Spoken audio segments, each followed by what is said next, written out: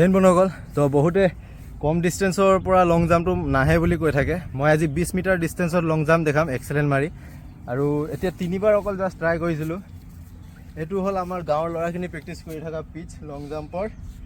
এইটো হ'ল এক্সেলেণ্ট, এইটো চিনটো হ'ল এক্সেলেণ্টৰ। বাকী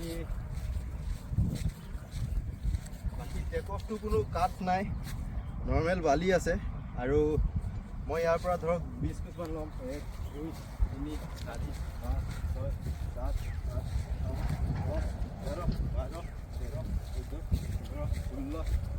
8 16 খোজ মানে ধৰক 20 মিটাৰো নহয়। মই দেখাইছোঁ কেনেকৈ 20 মিটাৰৰ পৰা মই এক্সেলেণ্ট মাৰি দিম। ঠিক আছে, চাই থাকক ভিডিঅ'টো, ৰখাই দে।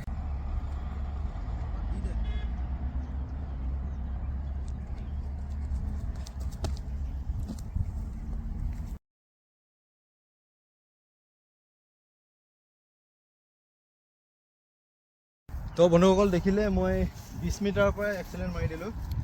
এইটো চিনটো হয়।